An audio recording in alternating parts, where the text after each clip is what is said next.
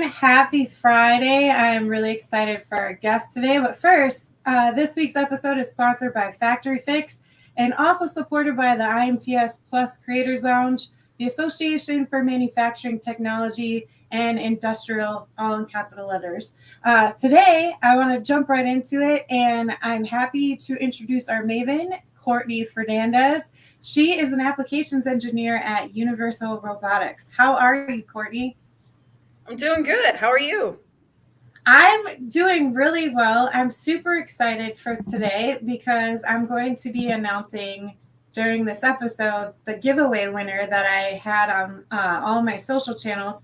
So, to our audience right now, if you are here listening in live, please drop your name in the chat because I will be announcing the winner at the end of the episode. Yes, I'm doing that strategically, so you have to listen to the full episode. So drop your name in the chat and let me know if you're here. If you're on LinkedIn, please put your name because sometimes LinkedIn has this bug where you comment and it's only showing that you're a LinkedIn user. So for example, can't wait to learn with Courtney. I don't know who that is. So if you could put your name in, I'd like to give you a shout out while you're here. So Courtney, back to you. Can you give us a little background information about yourself and how you got started within engineering and manufacturing?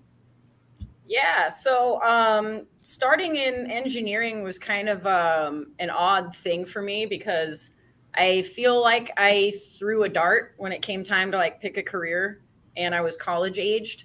But when I look back on it as I got older, my parents reminded me of things I was doing, like taking apart an already not working VCR and trying to identify all the stuff inside of it and, you know, what part turned the tape and, you know, just how stuff worked inside. So I guess I kind of always had that, like if you watched Dilbert at all, but the knack.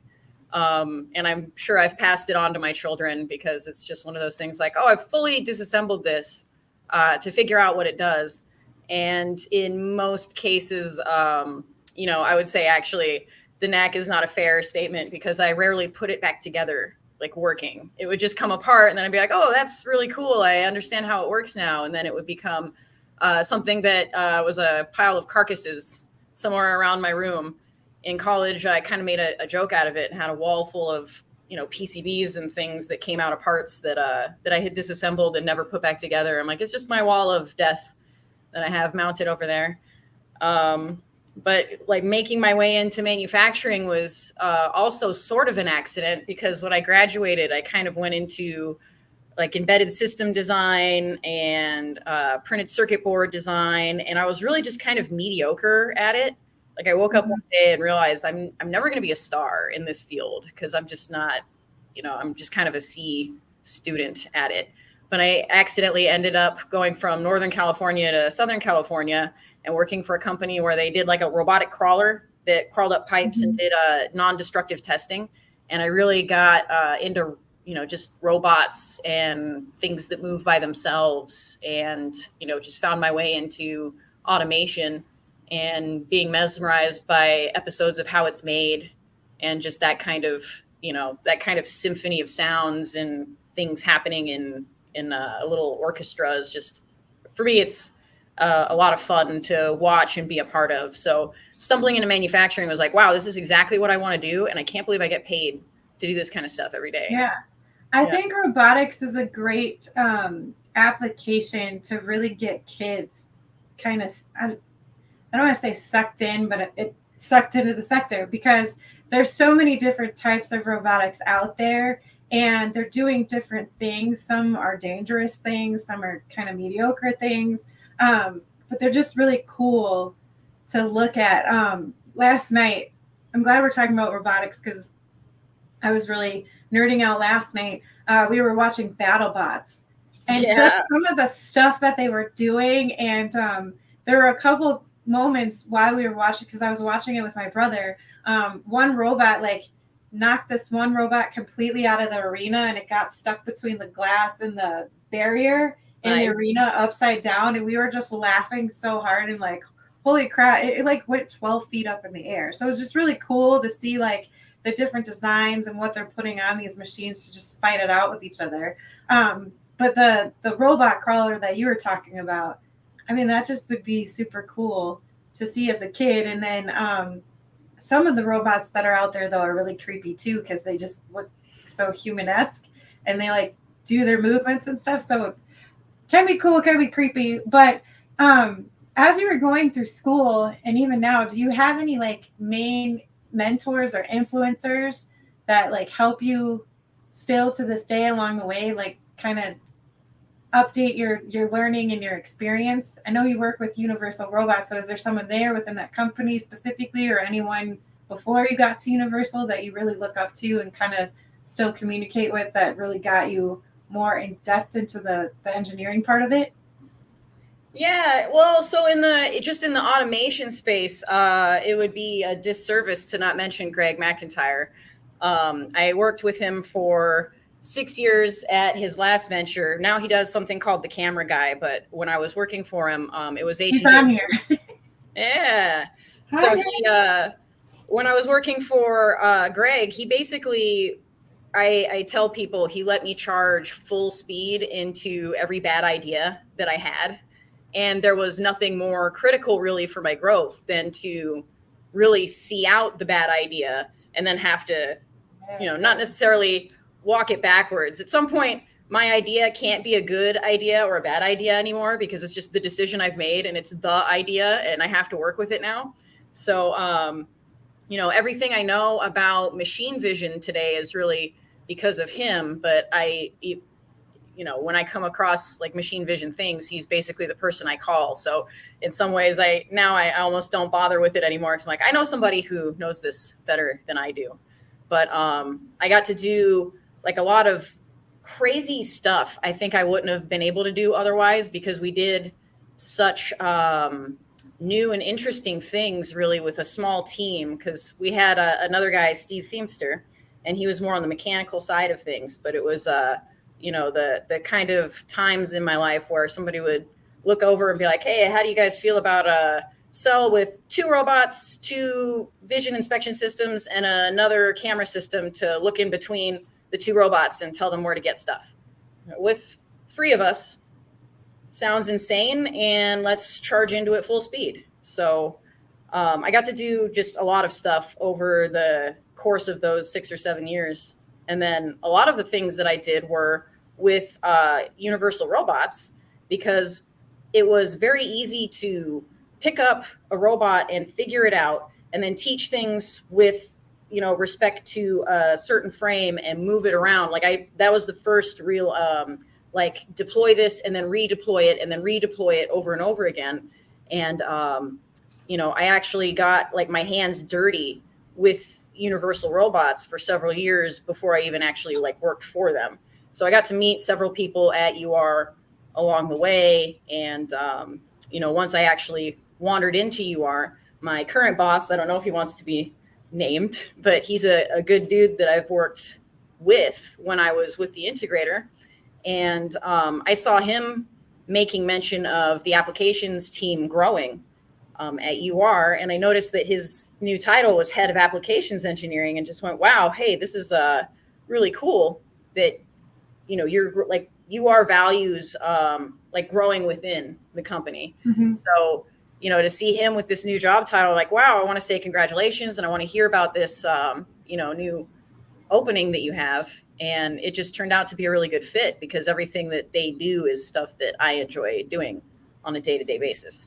So can you give us some more information about Universal Robots? I know that you have some robots behind you that are moving around, which is super cool. So what does the company focus on, and what are some of the solutions that you're creating at Universal Robots? So we produce the robot arm itself. Mm-hmm. And then we work with a whole slew of partners that make plug and play solutions. So whenever I do a demo with customers, I always kind of compare the robot to your iPhone, and then our UR Plus network to the App Store. So you can kind of shop a huge selection of stuff that's pretty darn close to plug and play, or buy the kit and assemble the thing around your robot. so that stuff is really easy to, set up without having to conceive everything from square one. And that part has been really fun because it doesn't make like you still kind of I like to say that it's deceptively easy sometimes because automation is still difficult and there's a lot of stuff to consider and work through when you do a whole application. But the speed with which you could grab something different and be like, okay, this thing didn't work out, I'm just going to throw that aside and do this one instead, is really useful in my mind. And the fact that we're kind of the collaborative robot pioneers. So we've been around since, in the US, we've really been selling robots since 2012, 2013. But we have all these partners that have been working with us since day one. So the network that we have is huge. And the amount of toys that you can connect to the robot is huge, like screwdrivers and cameras. My favorite thing to do is make robots and cameras play nice together because robots doesn't know anything about what's going on around it. But you put a camera somewhere and start telling it stuff is over there, and you give it a hand, and now all of a sudden it can go and pick something up. And that part to me is just, it's tons of fun. And so you mentioned cameras and robots playing nice with each other, and I wanted to bring up Ryan's comment. He's curious if you had any thoughts on machine vision advances in the field in 3D too. Yeah, so definitely the world of 3D is getting bigger and easier to use. So we could see a lot more stuff now, and kind of there's a lot of people who have done things where instead of working with a point cloud, you're working with data that's a little bit easier for a robot to understand. So bin picking and other applications where we have a stack of stuff instead of just like a 2D plane of stuff is getting much easier to incorporate with robots. And then when you introduce the world of AI, now robots are kind of learning, what does this thing look like from different angles, and really what's the best way for me to pick this thing up? And there's a lot of companies that are doing interesting stuff along those lines as well. So you also recently, before I get to this question, I know that you do a lot of robotic demos, correct? Because we were talking with Andrew Crow, because I think it would be really fantastic. And for those of you who are tuning in, Andrew Crow is on LinkedIn. If you're not following him, go following him. He's doing this new American manufacturing renaissance tour to really get the next generation workforce interested into engineering and manufacturing. And you were one of the individuals that we had a conversation with. And I'm curious to know what a day in the life of Courtney Fernandez looks like at Universal Robots. So can you talk about some of the things that you do and what some of your favorite things are, what maybe some of the boring things are? I don't think robotics could ever be boring, but maybe I'm wrong. Can you just kind of dive into what you do for your position so that if someone from the next generation is listening in, they can get a better idea of what an applications engineer actually is? Yeah, absolutely. So an interesting thing to note is an applications engineer is an engineer that doesn't report to engineering for us. So engineers who are responsible for the design of the robot, how long the arm is, how much payload it can handle, what size motors, everything about how the robot is designed takes place in Denmark. Those engineers are all in Denmark. And in the US, I'm more, we're on the sales organization side of things. So I'm more concerned with the application and use of our robots in U.S. manufacturing and other applications. But we don't have any one typical day because there's so many different things that we'll cover. So we have a lot of freedom to kind of schedule out our time and do the things that are most value add. But I do trainings. So if you do a core or advanced training where you're learning how to operate the robot, I do 2-day trainings or 1-day trainings on specific things at our facility in California. There's other facilities, so other engineers, wherever the closest office is to them, they go to that office to do the in-person trainings. And then a lot of pre-sales support kind of stuff. I can go do a line walk with somebody and identify good or not so good places to stick a robot.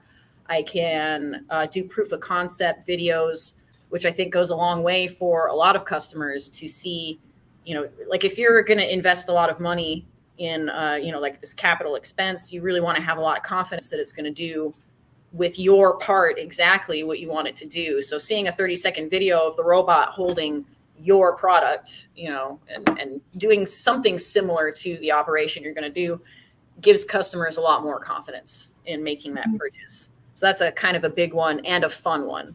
Because if you come from integration or machine building, like I did, you typically want to solve the entire problem. And at this point, now I kind of get to do the fun part, so to speak, and say, yes, the robot can do this. And here's your product back. And, the problem is still kind of on your engineers to solve. I've just kind of demonstrated a 30-second, the robot's capable of doing this. So I don't have to do the entire solution. And that part's pretty fun. For, continuous improvement standpoint, what are some of the things that UR does as a company to keep you ahead of the trends that are going on? So if like there's new technology that, how you're programming the robot or building it, are there things the company does so that you can, keep at the top of what the new education is? Because with all these advances, it's continuously changing, right? And we also need to focus on who our current employees are and upskilling them so that they're always fresh and knowing what to do and keeping those critical thinking skills in tune. So what are some of the things UR does to help their employees with that?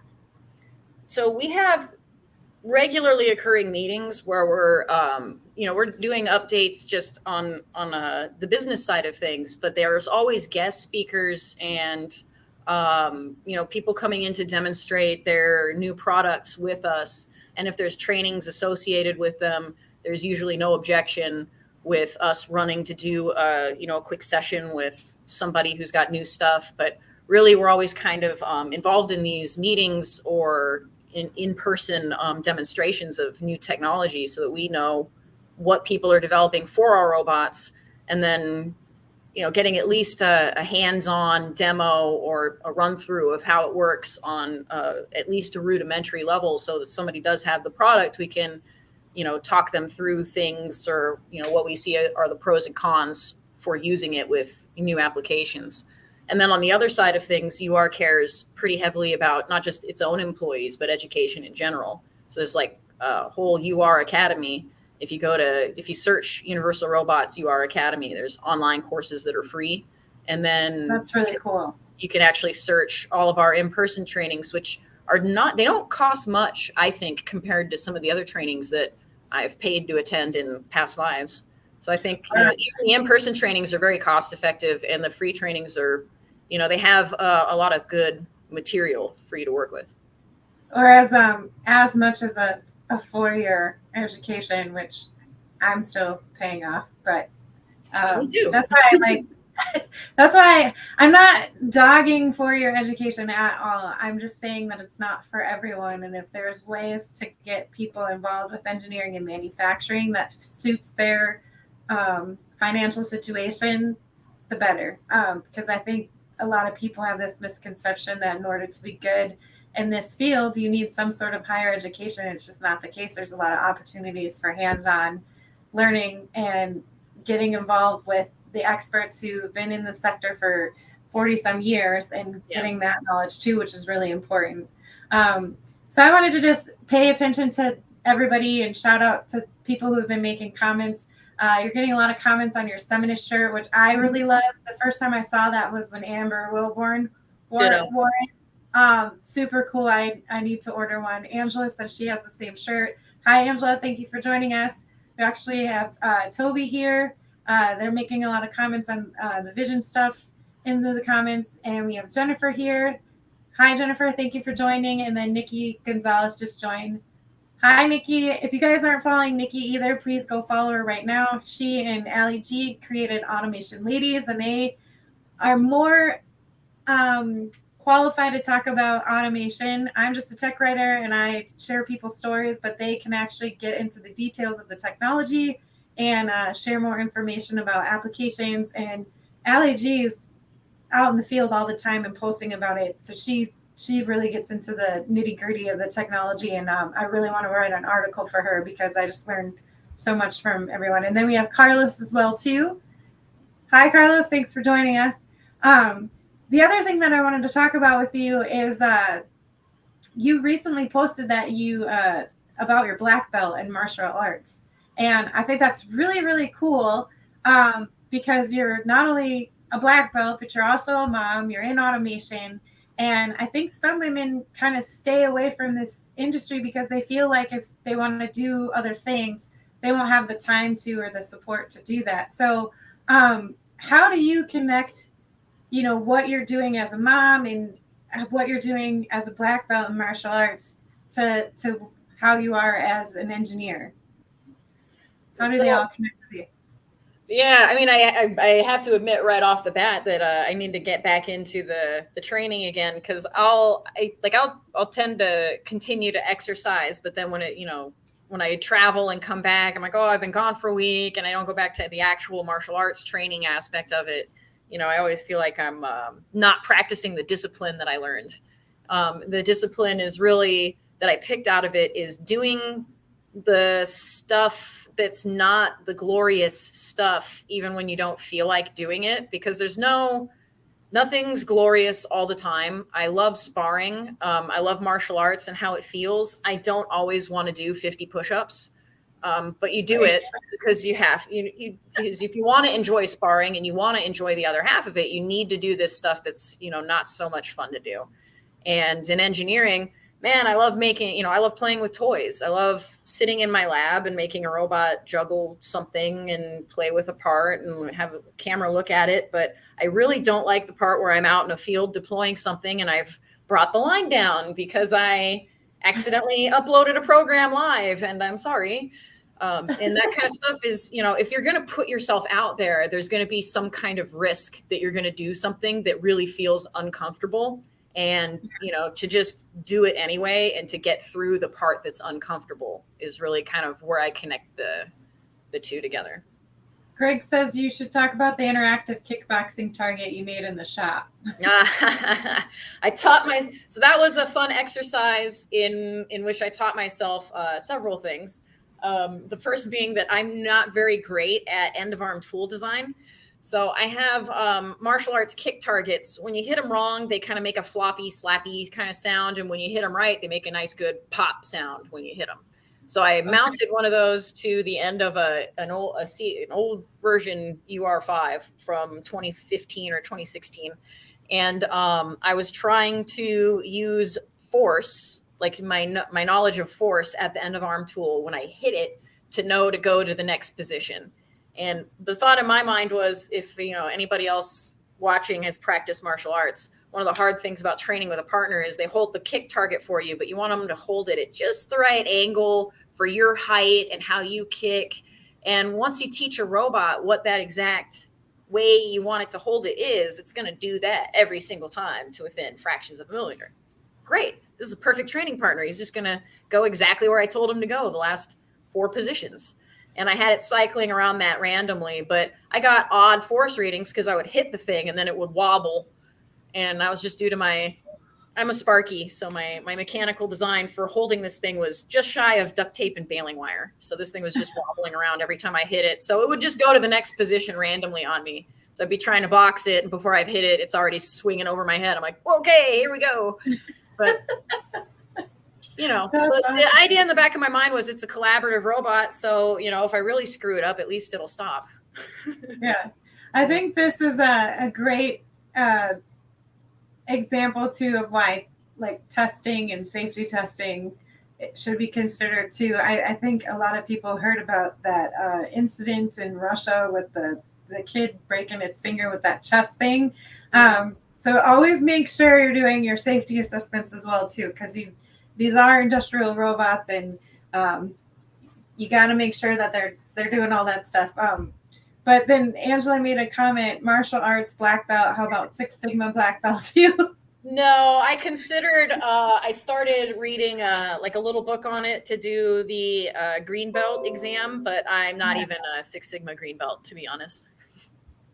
That's a great program though. They have a lot of good information and courses. I'm considering signing up for some of those just so that I can apply it to my writing a little bit better. Because all the information that I'm getting is from subject matter experts like Angela and other engineers and other manufacturers who have actually gone through the courses. So I've always gotten my information then, but I think it would be better for me as a writer just to go through it myself and get it. And then she said burpees, which is no. Yes. Absolutely. So I do CrossFit, and I just got back into it after taking a 6-month hiatus, and I was walking around very slowly the first week I went back because my body just wasn't used to it. And they had us do these burpee box jump overs. And I'm like, this is ridiculous. Why would I do this? And then we have Jennifer, who thought you bringing down the line was a little funny. And then Courtney Fernandez is an awesome professional and teacher. I get the opportunity to participate on a training with her, and I learned a lot. Hoping to get more trainings with her. Highly recommend, but don't mess with her. Thank you. That's awesome. Well, before I ask you my last question, so one of my focuses is really getting the next generation of women into the sector, because I'm really trying to diversify the whole sector so that we can come up with more innovative technologies and, really strengthen our foundation in manufacturing here in the United States. Because I feel like, we're struggling a little bit, and we have all these challenges like the supply chain issues and other things going on in the world. And I feel like if we can come together like we did back in the 40s, it would be better for everyone. So for women who, might not know what they want to do, or if they're thinking about engineering, what sort of advice would you give them in terms of, what classes they should take, or who they should connect with, or what areas they should look into to really get like a great experience in this sector? And there's no right or wrong answer. It's really based off of perspective, because I think it's different for everyone. And as an applications engineer, the younger generation might not even know what that means. So what advice would you give them? Right. So there's not necessarily one particular thing that you have to study to, land in, say, applications engineering or automation. I went electrical. I know a lot of people that went mechanical. I got a 4-year degree. I know other people who went trades. In all honesty, as I get older, if you can break your way into this industry via a trade school, I honestly think that's just a more viable option now than it's ever been. Like we were joking earlier, I'm still making payments for my 4-year degree. And I don't know that necessarily, like it was necessary for me to have that particular degree to land here. It's more of a, what is it that you want to do? Do you want to do you want to wire electrical panels? Do you want to program robots? Do you want to be involved in machine vision? And then start kind of looking into what is the skill set that you need, not necessarily the degree. So if you want to be involved in machine vision, start looking at digital image processing and things related to that. So just, build up the skill set involved, because once you're in the field, those skills are really what matters most. Somebody told me once when I was applying for a job, or I read it somewhere, but it was, if you're trying to check every single box, then you're overqualified for the job. So really don't feel discouraged for jumping into some kind of, some role that maybe you want to try, but you're like, oh, I can't check every single box. Well, if every single box is checked, it's kind of, you're overqualified for it. It's going to be boring for you. You want some of those boxes unchecked. You want there to be something challenging for you to learn. So that kind of intimidation for not just women, but just engineers in general, like, oh, I have to know everything. I kind of have to know all the answers. And, we don't. It's actually kind of a lot more fun to not know how to do something and to have to dive in and solve it. Yeah, I think that is a great piece of advice for anyone in recruiting as well, too. When you're writing out job descriptions, don't list every single qualification, because that's going to deter people from wanting to. I've not applied for certain jobs because I was like, oh, I don't have that. I don't have that. I don't have that. Right. So like if I didn't have 1 or 2 or 3 of the qualifications, I thought that was going to be the deciding factor. But nowadays, more companies are opening up to, bringing in employees and actually doing training with them. and kind of molding them to what their work culture is, which I think is really good, especially with these newer generations coming in. So yeah, don't write every single qualification on just the important ones. We have Kaylin, Meaghan, and Courtney. Thanks for blazing the trail for women in the younger generation. You're opening doors for my two daughters that may not have been there otherwise. Please keep it up. I'm learning a lot along the way too. That's awesome, Kaylin. Thank you so much. If you want t-shirts for your daughters, please DM me on LinkedIn and I will send your daughter some t-shirts because I want to inspire the next generation, and anything that will help, just let me know and I'll send you some t-shirts. So before I let you go, if you had one ask for our audience, what would your ask be? Whatever you think you know about people, be willing to set it aside. So if you have preconceived notions of what something is supposed to be, just things are crazy right now. The pandemic has changed things a lot. Just have a more open mind, set aside what you think you already know. I think that's great because I feel like there's a lot of judging going on in the world right now, and it's just dividing people. And this sector has so many opportunities for everyone, and that's what innovation is, right? Diversifying thought processes and brainstorming new ideas. And you can't really do that if you keep it kind of siloed. So That's awesome. So, all right, well, that was the last question, and now I want to get down to some of the fun, like other fun stuff, because this was really fun, and I'm mesmerized by your robots. So I'm hoping that one day I can come see you in person and see your robots. But it is now time for the winners. So I decided that I'm going to do 2 winners instead of 1 because I need to thank all of the guys who are supporting me as well too. A lot of us would not be in this sector if it wasn't for some of the men mentors that we have, and I know I've had quite a few. So Carlos, I've seen you on here. You're one of the winners. And then Toby, I've seen you on here as well too. So thank you to both of you. What I did was I made an announcement, and I was keeping in mind a lot of people that have been commenting and sharing and, referring me to people. And so that's why I picked those 2. So Carlos and Toby. And to all the rest of you, I want to still thank you.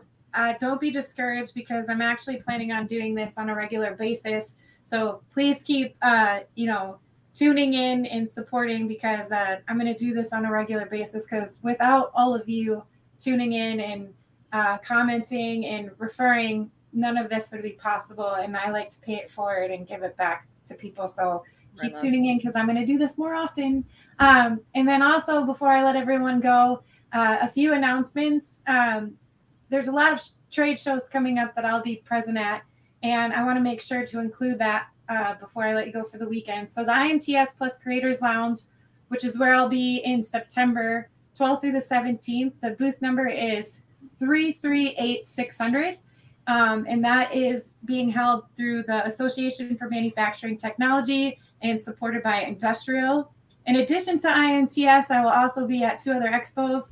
Next week, you can find me at the Advanced Manufacturing Expo in Grand Rapids, Michigan from August 11th to 12th. I'll be speaking on a panel with Emily Wilkins, Haley, Lauren, and Danielle Schneider, who's part of the Women in Manufacturing organization. And I will also be doing a presentation on how manufacturers can use their brand stories to be more proactive in attracting, recruiting, and retaining the next generation workforce. I feel like a lot of kids would be interested in the sector if we just did a better job at promoting it and talking to them directly about it. So you'll get a checklist of some tips on how you as a manufacturer can get more connected with your community. The second one is the More Than Manufacturing Expo in Cincinnati, Ohio. That's brought to you by the CBT company. That's August 30th to August 31st. I'll be speaking on a panel with Andrew Crow, Jay Call, and Jay Stahl, who is the CEO of CBT. So if you're in any of those areas and want to come to a show, be sure to check those out. And then Nikki is tattling on me. Did you tell everyone about your new gig at 38th Street Studios? I did not, Nikki. Thank you for bringing that up. I have recently taken on a position of the chief marketing wow, I need more coffee. Chief marketing officer at a company called 38th Street Studio. So be sure you check them out. They're pretty amazing. It's a pretty fun team. Kenneth Clay is the CEO of that group, and he's doing amazing things in different areas. And he's from the Chicago area, so we're both from the Midwest, and it's fun to work with a team in my hometown. So I want to thank everybody for coming in and joining us today. I know this gets a little crazy sometimes, but we like to have fun. And Courtney, I want to thank you again for joining us, and thank you to UR for letting her show your robots. I think they're super cool.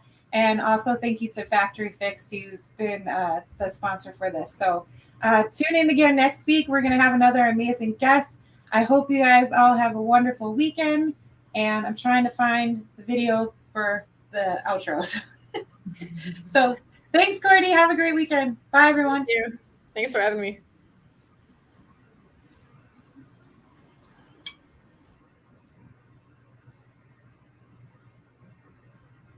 We know hiring quality manufacturing talent isn't always easy and that there can be a lot of moving parts. That's why Factory Fix is introducing a powerful new tool, Talent Text. No more candidate no-shows. Talent Text allows you to connect with candidates up to 5 times faster than you or even the best recruiter can. Job openings happen overnight. Candidates fall by the wayside and emails get buried and forgotten. Through 3-directional chat, Factory Fix Talent Pros help put you in the hand of a highly skilled worker within seconds. Find